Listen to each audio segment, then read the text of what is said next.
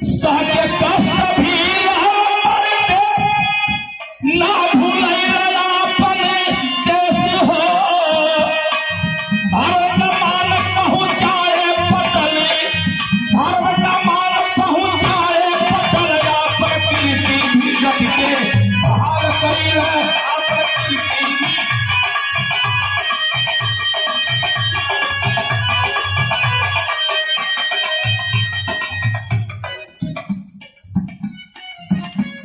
हमारे छोटे भाई अंतर्राष्ट्रीय स्तर के कलाकार बिस्मिल्लाह खां पुरस्कार से सम्मानित।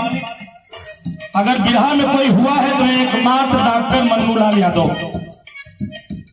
आपकी ओर से मूल्य पुष्पहार 1000 रुपए का पुरस्कार आपने दिया है। पैसे के लिए मैंने मना भी किया कि भाई पैसा मत दीजिए, माला से सम्मान कीजिए, लेकिन कहला कि भैया ये हमारा प्रेम हो।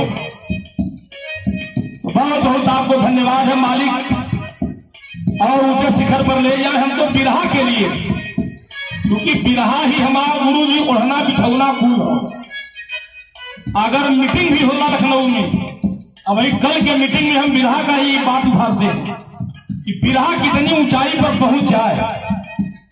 लड़ाई हमारे एकमात्र बिरहा की है, क्योंकि बिरहा एक ऐसी